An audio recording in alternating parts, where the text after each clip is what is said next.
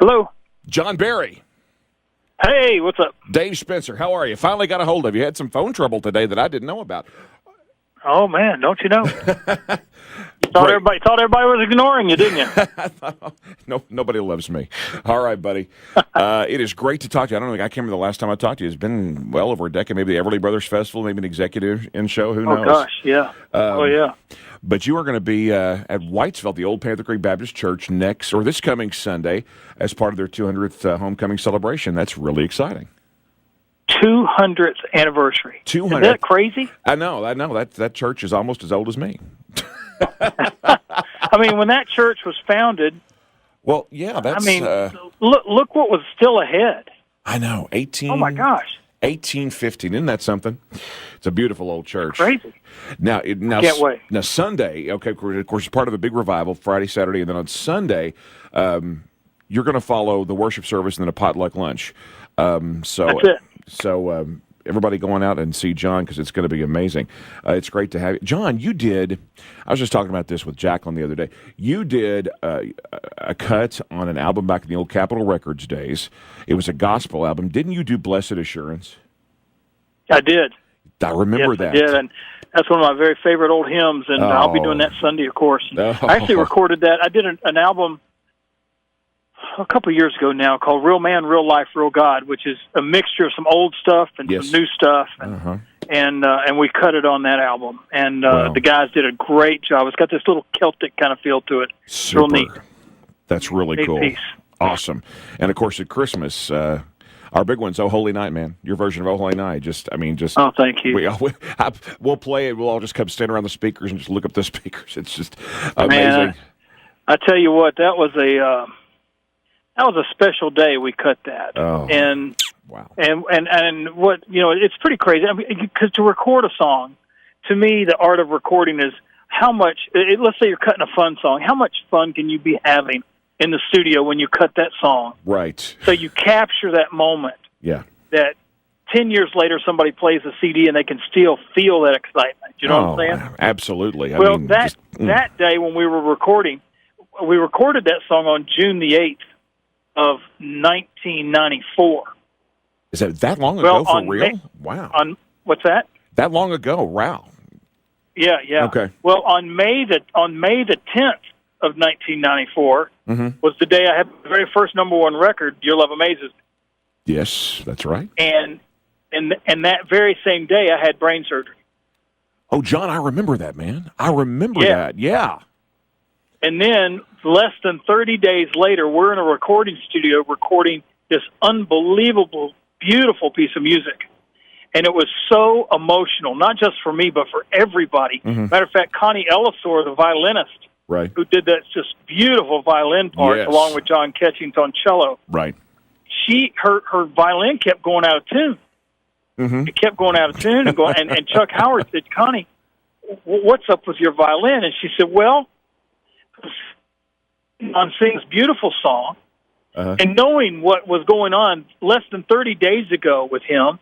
And she said, "I'm sitting here crying my eyes out, and the tears are running down my face across the violin, and the moisture and the heat is making it go out of tune." What a moment. That's incredible. What a great story. That's an emotional day. Yeah, that's an incredible. And so there was a lot of emotion captured, and people still sense and feel that, I guess, when they hear it, because it's just one of those pieces. It's that kind of thing you can't create. You can go, "Ooh, let's create that." You can't. No, it just happens. It's just one of it's just one of those things that just happen, and you just be glad that you were blessed with that moment. That's what an amazing story. That's simply amazing. Listen, I want to hit on a couple of things. You said new music. You've got yourself a bluegrass song out there, John Barry. A bluegrass song. Isn't that the funniest thing? It's great. I just heard it. It's amazing. Oh. It's awesome. Well, tell you what happened is my next door neighbor, where I used to live in Watkinsville, Georgia. Right. We bought some land together. We were neighbors at this other place, and we bought some land together, and our families built houses next to each other on this 50-acre piece of land. And Bo, he's our family doctor, our kid's doctor, pediatrician. And he started learning how to play the fiddle, and he started writing lyrics. And he brought this one over, Blended Blue. He said, "Could you put some music to this for me?" So I did. I sort of took this poem that he had and put it into song form, and I had a little recording studio in our barn, and I just recorded me playing the guitar and singing this melody. Mm-hmm. And then years later, it was 6 years ago. Right. 6 years ago I did that. Well, he gave it to a friend of his who had a studio, and they built this track around it. And they put this band on there and made it all work and did the studio magic. And so Blended Blue is now out there at Bluegrass Radio. Yeah, Blended Blue. Gang, listen, if you've not heard John Barry sing a bluegrass song, find it. It's easy to find online. Just Google him or Google Blended Blue, and you'll find it. Like John Barry singing bluegrass. I'm not the best part of that. There's some pictures on there that are pretty doggone good. It's awesome that I got to do that with them. Oh, I think it's terrific. John, listen, and real quick before we get back to the performance Sunday, guys, he's going to be in. John, you're going to be in a concert called "Writers on the Storm" with Deborah Allen and James House, two amazing musicians, on the 27th of May down in Nashville. And go to jameshousemusic.com and get tickets. Yeah, we're going to be doing the what's the name of that TV show? Roots, Nashville Roots. Yes, Nashville Music Roots. City Roots. Right. Music City Roots, I think it's called. Music City Roots is right. Yes. Yeah, so we're going to be shooting that TV show down in Franklin, at the south side of Nashville. Right. And, that should be a lot of fun. There, I just enjoy the two. We played the Bluebird this past weekend. Oh, that's cool. And had a great time, the three of us. That's great. And, so we're looking forward to doing that show. And then we've got a couple of shows this summer we're doing together, some fairs and festivals. All right. Well, listen, again, John Barry going to be in concert at the Old Panther Creek Baptist Church. They celebrate 200 years. Sunday worship, and then potluck lunch, and then John's on. Yeah, man, we're going to, my wife Robin will be singing with me, and Michael, a gentleman who's been playing bass and playing acoustic guitar and singing with me for, off and on since 1983. That's incredible. For a long, long time. So the three of us will be there. We're just going to sing some worship songs and some church-oriented songs, some songs that we just love that celebrate our Lord, and just looking forward to celebrating this remarkable event. I know. I don't know. I don't care if you go to church or not.